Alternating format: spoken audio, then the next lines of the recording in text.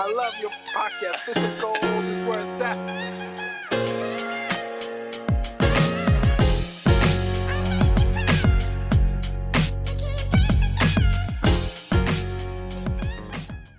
Welcome back to another episode of the Bits of Gold podcast. So excited to be here with you today.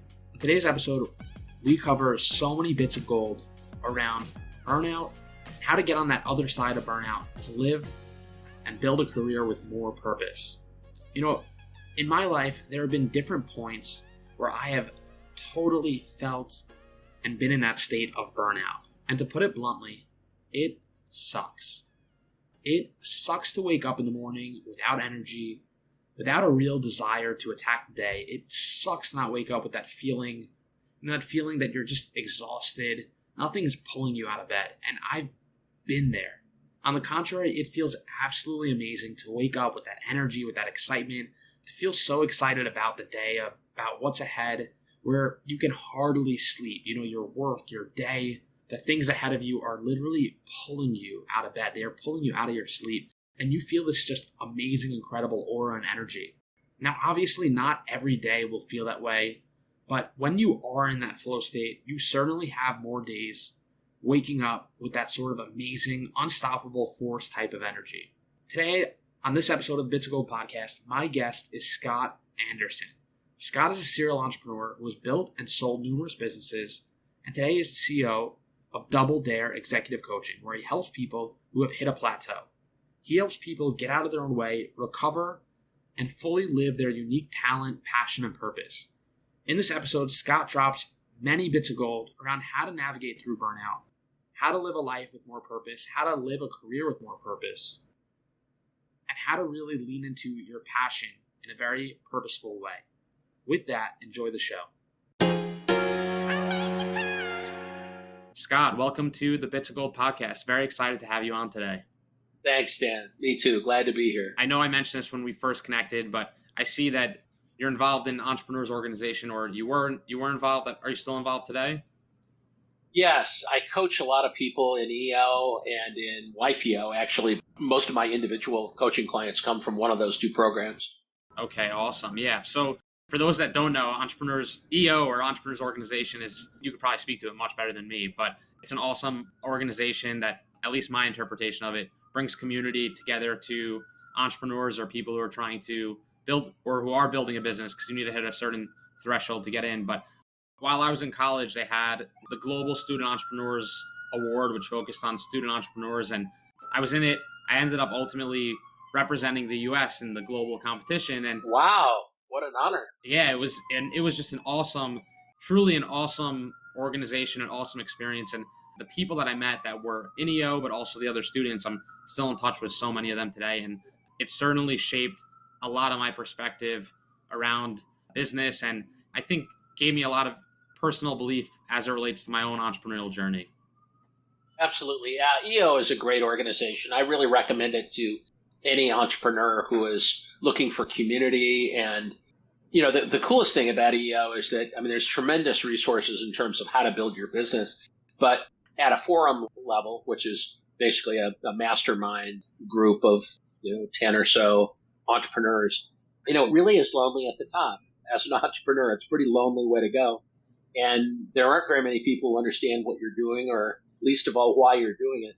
And one of the things EO does, I think, better than anybody, is to provide a community and to provide a really safe, secure, and very productive forum for entrepreneurs to get together and really talk about what it's really like. As they say, the top 5% and the bottom 5% of what it's really like to do that. And yeah, I've just found it to be great organization, great resources, wonderful people. Yeah, absolutely. Yeah, it's funny also, you mentioned it's lonely as an entrepreneur, and I'm 28 today, but I felt that more as I've gotten older than when I was building a business maybe at 20 or 21 or 22. I've certainly felt that more and more today when I hit hiccups or problems or things I'm trying to navigate. I see that the circle of people that I feel I can turn to has become infinitely smaller. So maybe it's something I should look into myself. You've dodged a lot of bullets, right? I mean, to get from 21 to 28 is 7 years worth of business. And, frankly, once you get past the 5-year point, your rate of survival for any entrepreneur goes up dramatically. but those first 5 years really thin the herd pretty quickly. So it is lonely. I mean, there are a lot of people who may have started out when you started out, but there aren't very many who have survived to, 7 years in business. So good for you. That's a big achievement. I appreciate that. So we can jump into this one. Maybe we could just start by sharing a little bit about who you are, what you do. Sure. And we'll take it from there. Sure. Well, I'm a serial entrepreneur and have the scars to prove it.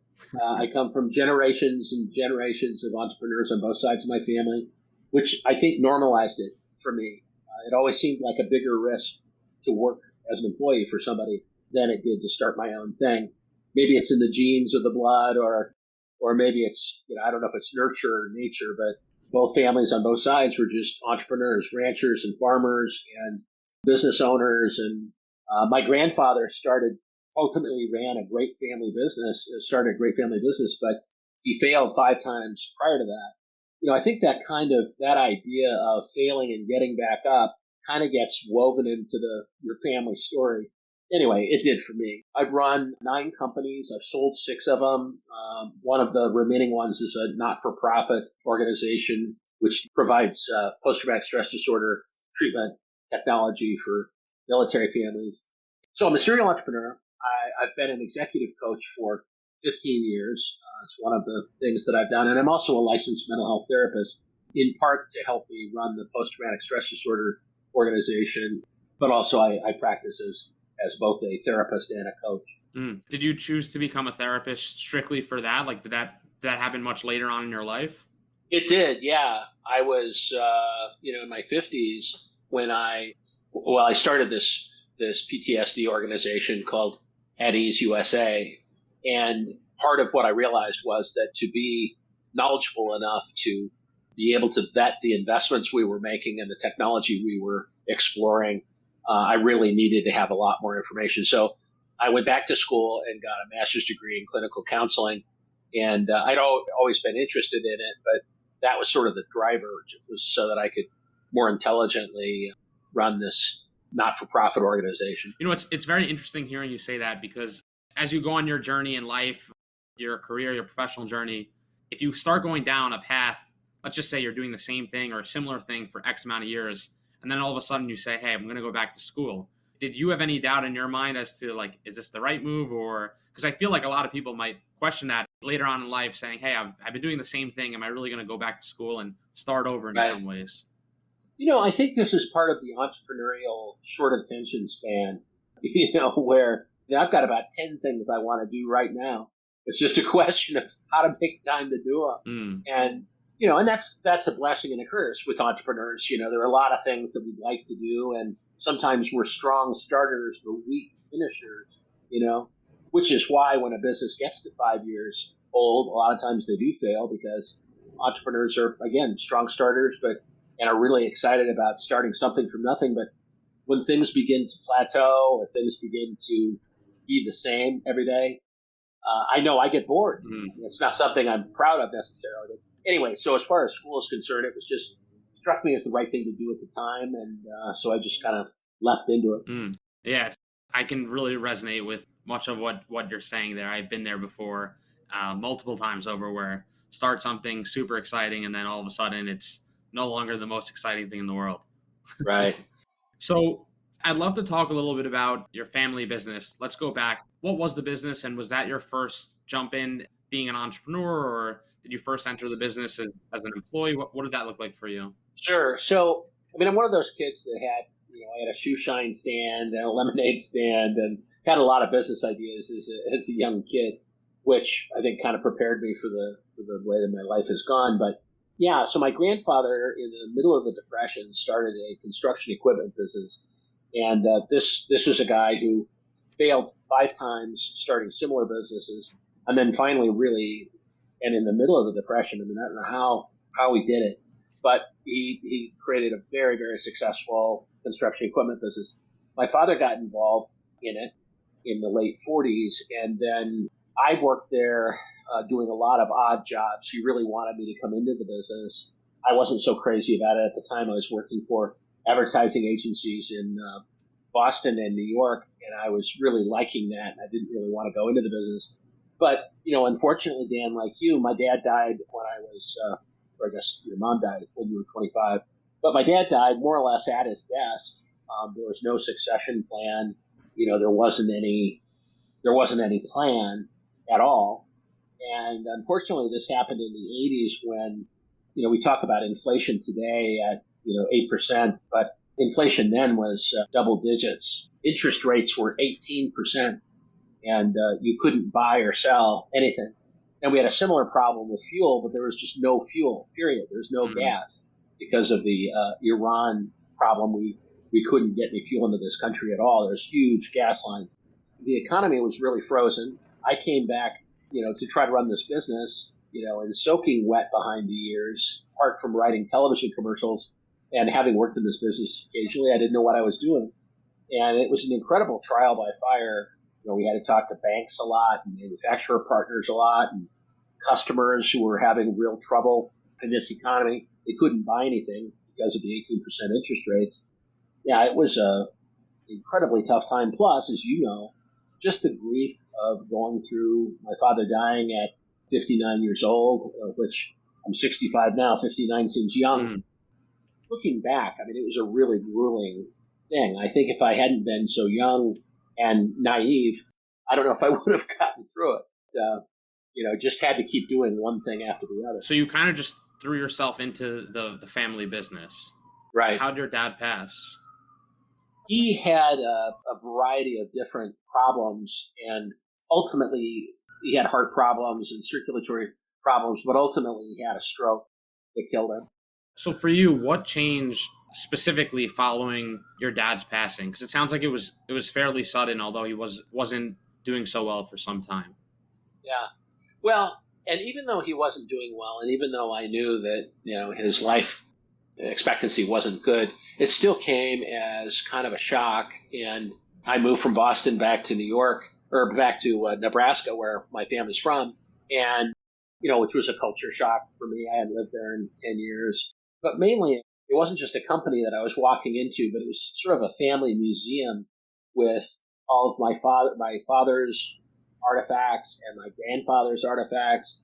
And it was almost as though it felt like that both of their ghosts were there all the time. And obviously, I was being compared to them a lot.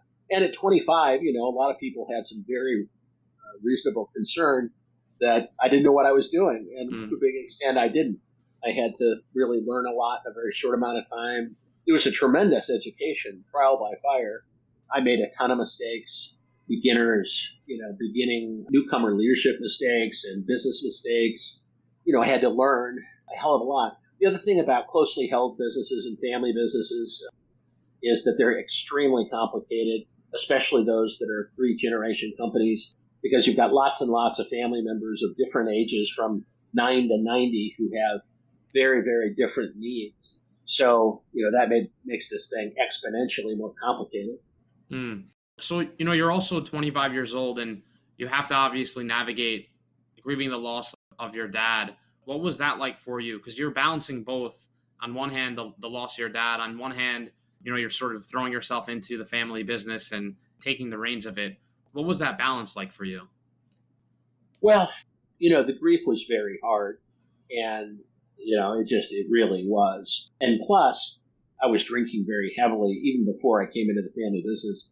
It kind of helped me in a way to get through it, but ultimately I got to a point where within the first maybe 9 months that I was back, the grief and the pressure and the alcohol were killing me. So I went to a treatment center and stopped drinking, and then I could begin to kind of face, for the first time in really ever, I suppose, really face life the way it really is. So there were kind of three things. Yeah, I was like facing this business, which was in trouble. The whole economy was in trouble. Facing the grief of my father, and then also facing, early recovery from alcoholism. It was an incredibly challenging time. It was also, when I think about it in retrospect, probably among the most productive and important times in my life. Really had to grow up in a way that I wouldn't have had to otherwise. I don't think I wouldn't have been able to, not just in business, but as a person. Really face reality, face the reality of my dad being gone, facing the reality of this business being kind of teetering on going out of business, and then my own kind of precarious health situation. Was there anything specifically, that's obviously a lot to navigate at such a young age. Was there anything specifically that enabled you to get through those times? Did you have a mantra or some practice, or what changed in your life specifically on the other end of it when you were able to get clean with alcohol and go back into the business and just start rebuilding your life in some ways? Well, there are a couple of things. One of the most important was that I got a mentor at that point in my life who not only knew about alcoholism, but also about business, and was just incredibly helpful to me and generous with his time and support, and really helped me begin to grow up. Gave me the kind of guidance that I needed and the kind of and discipline, frankly, that I needed to begin to grow up finally, to face the world the way it is. And I think that one thing in itself, this guy was named Click Weston, wonderful man who has since passed away, unfortunately, but was just instrumental in saving my life, or helping me save my own life. That's beautiful to hear. I hear you mentioning growing up a couple of times, and I sense a theme there. I'm curious to dig into that a little bit. I think about my own loss and how after my parents passed, each loss had its own impact, obviously, in my life. But I can really relate to you mentioning growing up after my parents passed, facing the realities and in many ways the hardships of life. But to put it blunt, also the realities of life. That's right. I'm curious if your dad never if your dad never passed at that moment in your life, do you think you would have ultimately went on looking back now, right? Yeah. Do you think the way you viewed the world, the perspective you might have developed in the years following would have been different? Because I think about that a lot in my own life, how differently I perceive the world, how differently I view the world, how differently I essentially grew up and was forced to grow up in many ways overnight. Exactly. And also the differences in how I feel I grew up from when my dad died when I was 20 to how I grew up after my mom died when I was 25. So I'm curious how that sits with you. Oh, yeah. I mean, it was, looking back, probably the single most significant moment in my life. I mean, it changed everything overnight. I'm sure you experienced that. I was living and working in Boston at the time, producing television commercials in New York, and just having a great time, drinking too much and probably having too much fun. But my life was in a definite direction, and I think that life could have ultimately killed me, the direction I was headed in. So I don't know why things happen or how things happen, but I do know that at that point my life took a radical turn in a very different direction. And it was a very hard one to get through for a while. But looking back with hindsight, I mean, it made all the difference. I mean, it just changed everything. Where I lived, how I lived, everything changed. That makes sense. You ultimately sold the business, or you're still involved in the family business today? No. So I sold it, finally did get it turned around. The economy improved. The construction industry improved dramatically. And we were fortunate to be able to live through that real hard time in the American economy to the point where 4 years later, and I thought it would take maybe 90 days to turn it around and I could go back to advertising, but it took 4 years to get it turned around. But then we sold it to the employees. We did an ESOP and sold it to the employees. We had so many family members involved. I thought at one point about buying it myself, but there were just so many family members involved that the only way really was for all of us to get out.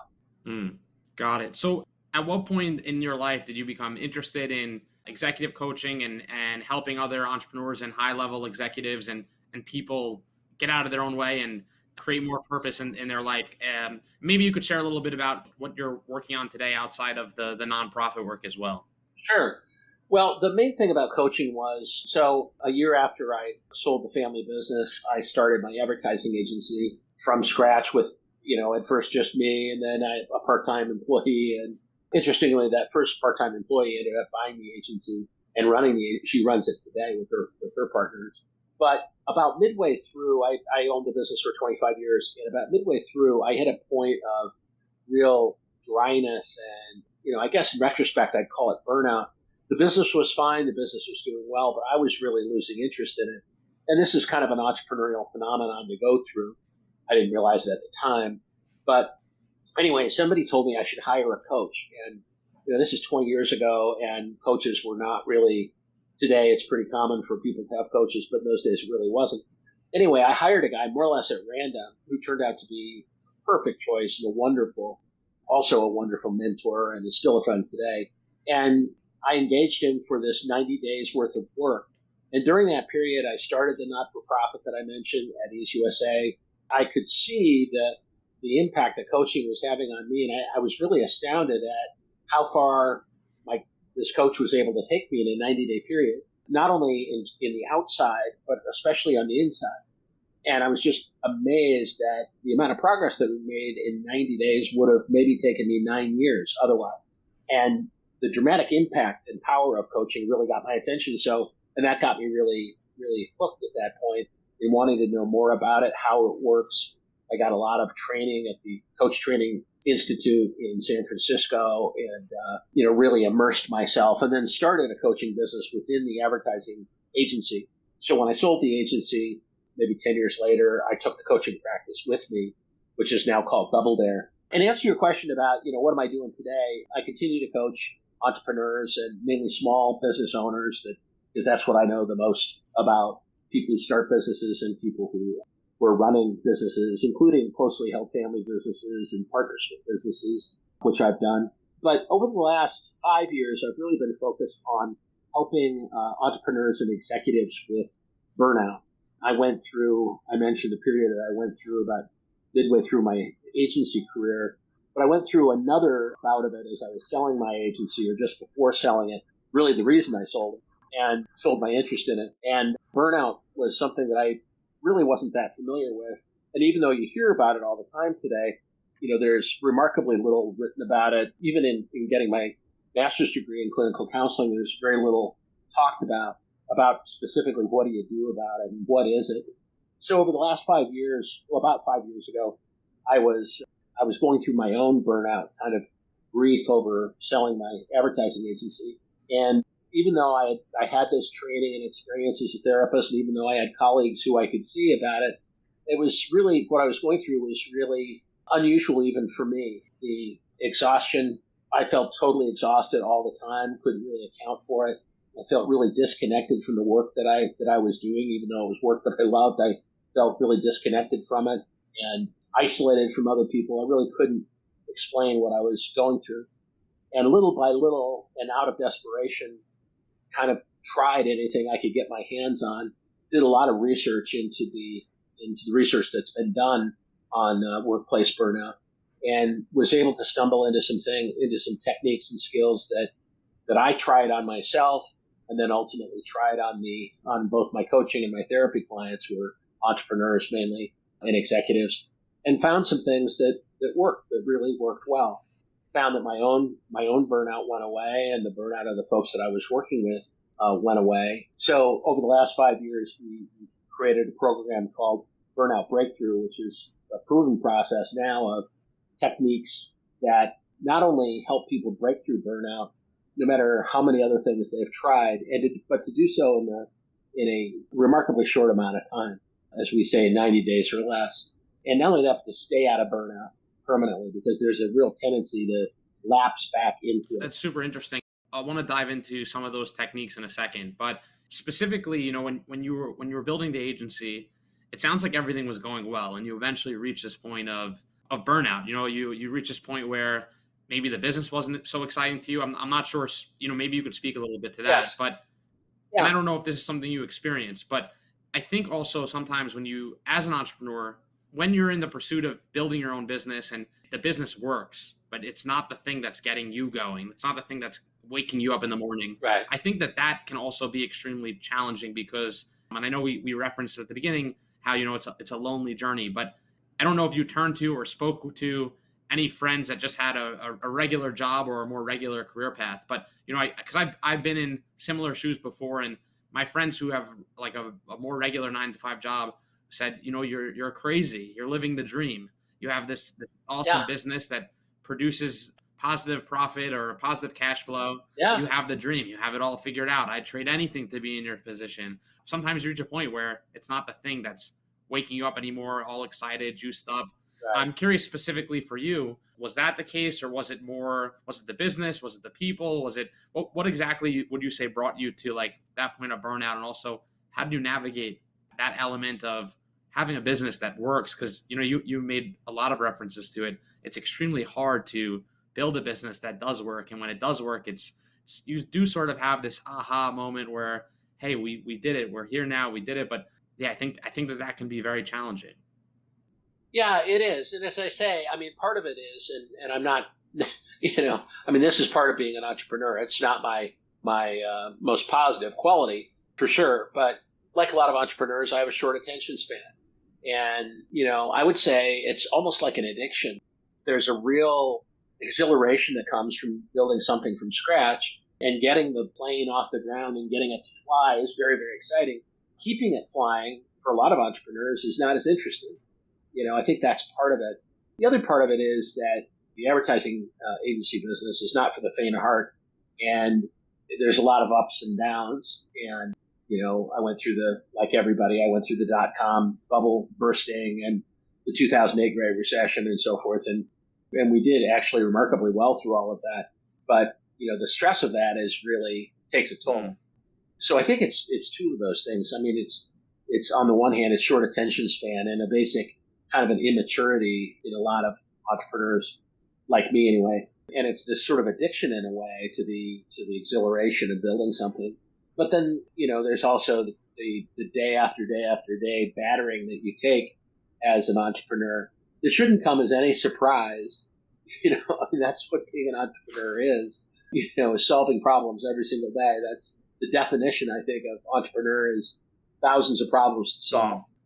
And there's a guy, coach and consultant, wonderful guy named Russ Ruffino. I just listened to his podcast the other day, and he was talking about how that sometimes entrepreneurs are surprised when there's problems. But that's all entrepreneurship is, really. I mean, there's hopefully some success and some joy, but it's problems every single day. It's solving problems. And he said it's sort of like going into the prize ring, the heavyweight boxing prize ring for the first time, and you go out in the middle of the ring and you get tagged right in the nose, and you say, he hit me. Out of surprise. But this is what entrepreneurship is. It is really, truly solving problems every day. And so after a while, that can take a toll. The thing about your friends that they may not realize is that part of it, right? I mean, to them, it may look like you probably, from their perspective, make it look easy. But that every day, 24/7, 7 days a week, it's all about solving problems. Yeah. And that part about it is not as glamorous and not as sexy and not as fun. And frankly, it's very, very stressful. And so a lot of people who are employees and have regular jobs, if they could really stand in your shoes for a day or two, would never want it. Not really. Not once they saw what it's really about. Yeah. So one of the things that's interesting in your story, you mentioned, I think you said you built nine businesses. Yeah. Are there other businesses that you've tried that aren't the 9 that you built, or those are the 9 businesses? Yeah. And a couple of them were complete failures. Wipe out failures. So one thing, just as it relates to mindset with money and navigating all that, did you ever reach a point when you hit a flop, or when you tried something, it didn't work? Did you ever reach a point in your head, hey, I'll just go get a job? And also because I think one other thing that can be very challenging, going back to like the agency, it sounds like, that was a profitable business that did well, but you reach this point of burnout. But it's sometimes very hard to relinquish your golden handcuffs in some ways and, let it go, because especially when it's not the thing that's waking you up, or it's not the thing that's getting you all energized and jazzed up, but, you have the money coming in, that can be a very tricky thing. That's exactly what happened to me, Dan. That's a great point. Yeah, I mean, the advertising agency was golden handcuffs. It was predictable. It was a good living and a good thing. And, it wasn't definite ups and downs, not just economic cycles, but winning clients, losing clients, all of that were, that are not for the faint of heart, as I said. But yeah, and this is the thing, and this is really, I think, where I caused my own burnout, was that about 5 years before I sold my interest in the agency to my partners, I think I realized that I need to get out, that I need to do something different. And really that something different was running this coaching business. but I didn't. It is golden handcuffs, and I was really kind of dependent on that, and so it reached a point, unfortunately, in my case, where I really reached an impasse with my partners, where we were just really going in very different directions, and they didn't want to go in the direction I was going in, and I didn't want to go in the direction they were going in. Fortunately, we had a good buy-sell agreement. Everything was conducted in an orderly way. But, really, when I think about it, I'm honest with myself, I just had sort of lost my guts, kind of my grit temporarily, and was in a comfortable situation, at least somewhat comfortable situation, and those golden handcuffs were hard to take off. And I think that was part of the burnout I put myself through and also put my partners through, was the indecision and the lack of commitment to a direction. And so, ultimately, I, was kind of forced to make a decision and to take action, which I'm now very, very grateful for. And I wish in retrospect that I had been able to be clearer about that and bolder about it than I was. But because that did result in that impasse in my mind, as well as with my partners, was really difficult to go through, and for them and for me. So, in retrospect, I regret that, but I understand. I have a much better understanding today of what was going on, and the golden handcuffs piece was definitely part of it. Did you start building your coaching business while you were in the agency, or that really came after? Yeah. No, I started building it, and to their credit, my partners, while they didn't necessarily believe in it or even understand it entirely, did allow me to do that. So I was able to begin building this coaching business within the advertising agency. And did you start to see some financial success there, where it started to, you could hedge a bet and say, hey, if I'm going to pursue this, at least I can make comparable money one day. There's a path, there's a trajectory. Yeah, I did begin to see that. Yeah, definitely. And that certainly made the decision, easier ultimately. But again, it was one of those start from scratch situations. And, it took a year to incubate that within the advertising agency to get it to the place where it would, produce a decent income and a decent profit. Yeah, 100%. It's funny because, entrepreneurship has become such a glorified thing. I think really, especially over the last, I would say even so, I'm 28. When I graduated college 7 years ago, I had a business in high school that I started. I sold that a year after college. And then while I was in college, I helped co-found another business, and building businesses wasn't glorified. But I think it has really become that today, where, it's the cool thing to do. Yeah. It's interesting, hearing you talk a little bit about your own journey, because you see, these, especially with Silicon Valley and tech, you read these articles of, obviously everything's changing right now, but you've been reading these articles for years of huge valuations, huge buyouts. And when you read that, it gets glorified, and everyone, I think a lot of people who aren't entrepreneurs think that that's the journey, that's what it's like. But it really is exactly hard decisions, like you mentioned, constantly solving problems, constantly putting out fires, and really the grind. It's that journey and that nonstop grind. It is. And, let's face it, the vast majority of entrepreneurs fail. The vast majority. And this is going back to the 5-year piece. I mean, the vast majority of entrepreneurs fail in the first 5 years. They get wiped out. And, I've had other businesses that I've tried that were just complete failures within a year. Were sobering and humbling. Mm-hmm. But it's part of being an entrepreneur. But I think you're right that there are a lot of people. There's two things going on today. I mean, the entrepreneurship concept is glorified and I think distorted, again, because the failure rate is, 95% or something.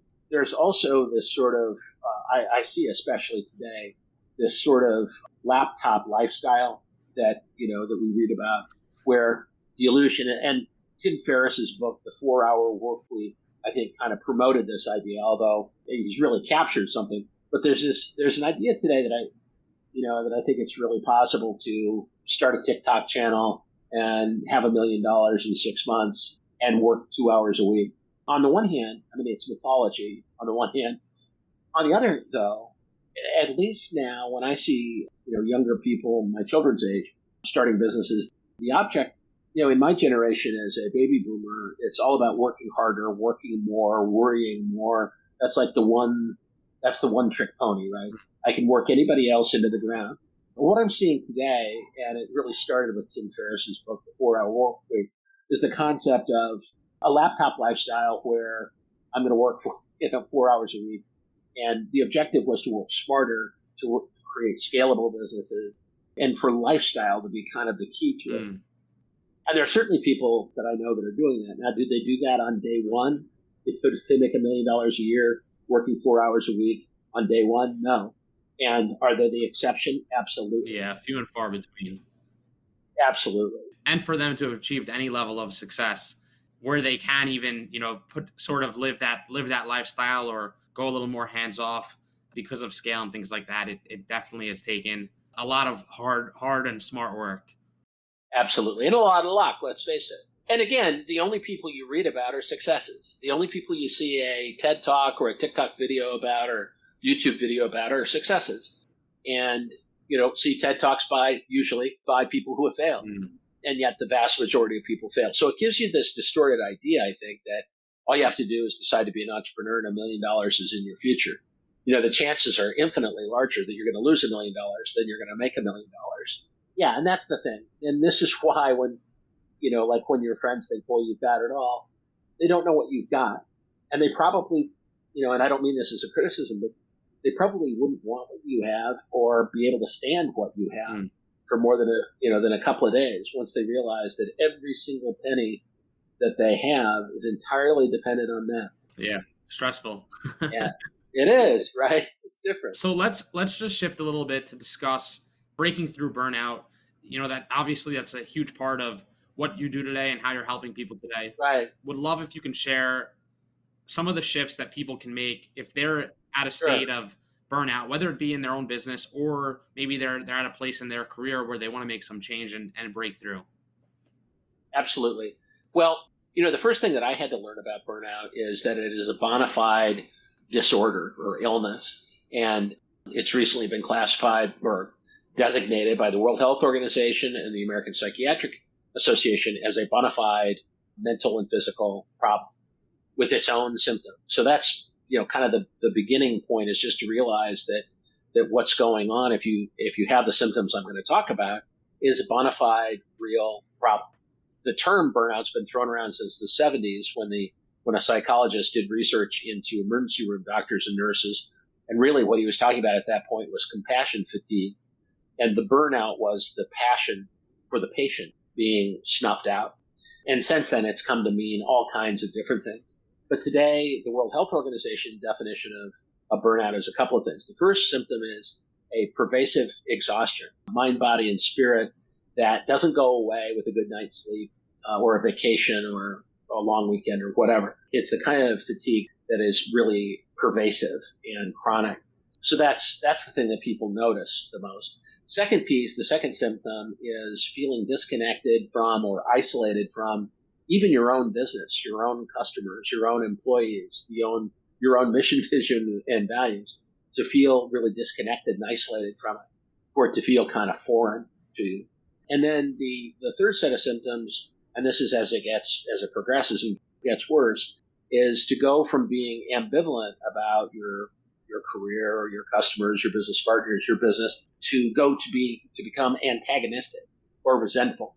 And this is, once you're at that point, you're usually in pretty severe burnout symptoms. So these are the three kind of clusters of symptoms identified by the World Health Organization and the American Psychiatric Association. So that's the bad news, I guess. And it's very, very pervasive. Today, the Gallup people say that 89% of the American workforce claims that they feel burned out most of the time, according to those symptoms. And 80% of people feel as though they're more burned out now than they were a year ago. Or in other words, when COVID was supposedly on the wane in 2021, people feel more burned out. 80% of people feel more burned out now than they did then. So unfortunately, it's a very pervasive problem. You could say it's a pandemic that's actually much bigger than COVID. And it costs businesses and individuals in lots of different ways. And one of the main ways that it costs individuals is that the things that the human mind normally thinks to do actually make burnout worse. The natural instinct for the mind is to either make the symptoms of exhaustion and so forth go away, to make them just go away, or to avoid them. And unfortunately, neither technique works. In fact, both of them bring back the symptoms bounce back pretty quickly and even stronger than they were before. And so in America today, especially during the pandemic, people have mainly treated their burnout with food, alcohol, drugs, television, media, pornography, lots of different ways to either avoid or to force disturbing thoughts and emotions out of their mind. And it doesn't work, clearly. And in fact, it can lead to lots of knock-on problems. The human mind, is a problem-solving entity, and it either wants to get rid of the problem or it wants to avoid the problem.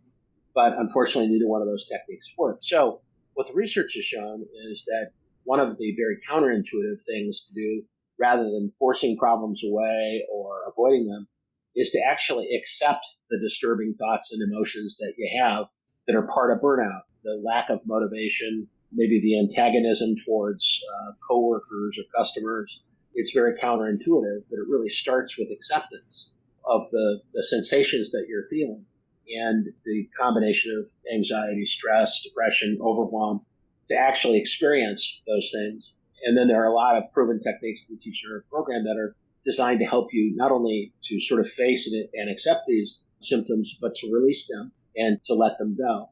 The good news is that there are a lot of proven techniques that really work remarkably quickly and result in a permanent recovery from burnout. It's just that it's not counterintuitive. It is counterintuitive. It's not the things that our mind normally gravitates to when we try to solve problems. Would you say most people who are navigating their own burnout, is the easiest thing to do make change, or is that typically very difficult because making change in and of itself, I'm talking like, let's say you're burnt out in your career or your business, whatever it may be, is the easiest thing to do it, hey, I'm going to leave this and just go do that thing over there now. I'm going to try something new. I find that to be a lot easier if you have a job, right? You can just jump ship, try a new company, maybe pivot and try something a little bit different. But is that, from your experience, the easier thing to do? Or can you, when you're in that situation, like actually navigate and change your situation within the company that you're working at or the company you're building? What I've found is, unfortunately, that doesn't work. We've worked with a lot of folks who have sold their companies thinking that'll help my burnout.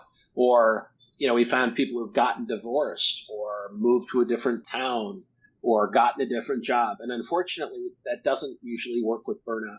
And I say that with a caveat that if you're working in a toxic environment where you've got a predatory boss or a working environment that is toxic or inequitable or, otherwise bad, then by all means get out as fast as you can.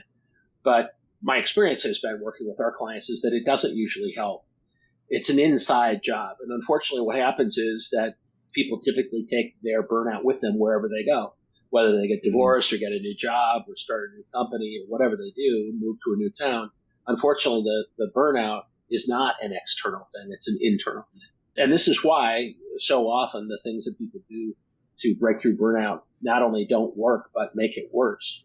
When you say it's an internal thing, is it that that person is looking for something more than what they have now in terms of like more meaning, more purpose in there, or is it it could be all sorts of different things?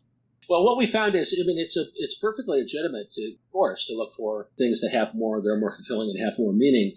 But the first thing that has to happen is you have to recover from burnout and to get clear again about what you really care about and what you really love and what really matters to you. And you have to recover from the exhaustion and from the overwhelm and from the stress that are inherent in burnout. And so we advise people to recover from burnout first and put big decisions on hold until you can feel better and make clearer and better decisions. Don't quit your job. Again, unless it's a predatory kind of an environment, misogynistic or whatever it happens to be. And then, of course, you got to get out. But what we found is that people can make much better, clearer decisions that have to do with their fulfillment and the meaning that they give to work after they've recovered. If they try to make those decisions on the front end, they expect those decisions to solve the burnout. And that's not the way it works. That makes sense. We could start to wrap up this episode and the show today. I'm curious specifically on the burnout topic, though. What would be the first step if you are in that situation, the most practical thing that someone can do if you're trying to go about this journey by yourself and you're feeling those feelings of being burnt out? What would be like the most practical thing that someone can do? Well, what we always advise first and foremost is for people to go to their doctor and to get a complete checkup. And with COVID, a lot of people have put off getting medical treatment. So first and foremost, we always advise people to go to a doctor and make sure that there isn't an organic medical condition going on that you also need to deal with. Assuming that there isn't, assuming that it really is burnout. Again, there are 5 proven shifts that we found that really, really work. And if folks are interested, they can check out our masterclass at Burnout Breakthrough and find out exactly what it takes, because fortunately there are some very specific things that work really well. They're just not what come immediately to mind. They're not the natural sort of intuitive things that you would think to do. Got it. Makes complete sense. I'll make sure to include that in the show notes. Where can people find you, connect with you if they want to learn more? Yeah, we've got a open Facebook group called Beyond Burnout. Anybody'd like to join us there? There's lots of information, videos, etc. at Beyond Burnout on Facebook. Love to join you there. I'm on LinkedIn. I'm all the usual outlets. We have a YouTube channel for Burnout Breakthrough. Lots and lots of great training there. Invite people to check that out. Also, and I'll give you the link afterwards, but I've got a quick free online assessment for burnout that a lot of people have found is useful. In fact, maybe that's one of the first best things you can do is to have that assessment. Awesome. Well, Scott, thanks so much for coming on the show today. My pleasure. Thank you so much. Thank you so much for tuning in to another episode of the Bits of Gold podcast. If you like this episode, please take a minute, leave a review on Apple Podcasts or whatever streaming platform you listen on. It really helps with growing the show and reaching more people. With that, keep building a purpose-driven life, keep being intentional, and enjoy the rest of your week. I love your podcast. This is gold. This is where it's at.